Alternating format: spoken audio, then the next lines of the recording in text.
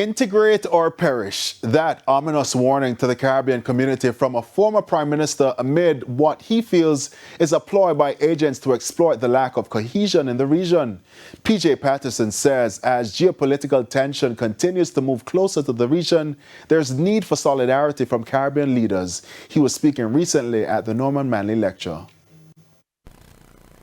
We are no longer pawns of European conflicts, nor tenants at will in anyone's backyard.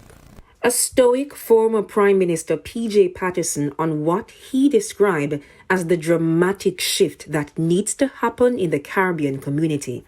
Mr. Patterson says CARICOM has lost its one voice, one sound philosophy amidst growing pressure from the United States on certain issues. There's a sitting president who will be nameless, who has repudiated any respect for international law and pledged, according to him, quote, to govern solely according to my own morality. We can't take any comfort in that because no one can predict whether his successor will have the same standard of morality. He alluded to the invasion of Venezuela, listed the bombing of several Caribbean vessels, and government's sudden realization of the possible labor law breaches surrounding the Cuban healthcare program as the reason for its discontinuation as examples. Other Caribbean nations have also ended similar programs with Cuba. Well, as I said on another occasion, anybody who believes that still believes the world is flat.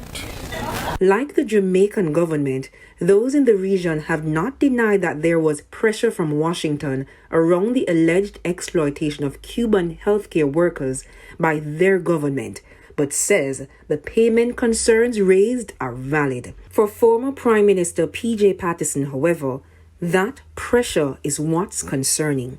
He says Caribbean leaders can leverage their position in Commonwealth to get support from larger nations to help unify the region's response to Western threats. We are not suggesting recklessness or confrontation.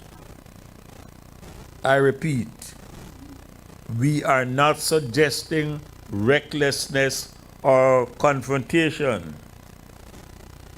What we are saying is we must provide the leadership, as we did for the ACP, in steering a course which we determine and one that enhances our full sovereign interests. Mr. Patterson, who governed Jamaica for 14 consecutive years until March 2006, acknowledged working on several committees for the full integration of CARICOM.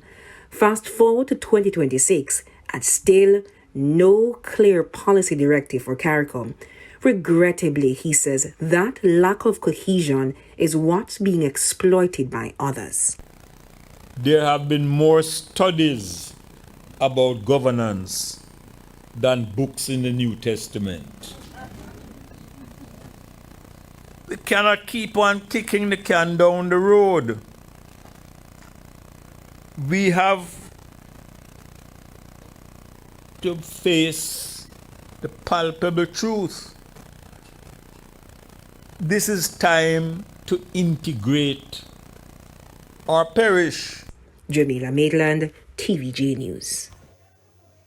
Later in this newscast, dozens of foreign diplomats meet to try and convince Iran to open the key oil route Strait of Hormuz. We'll be right back.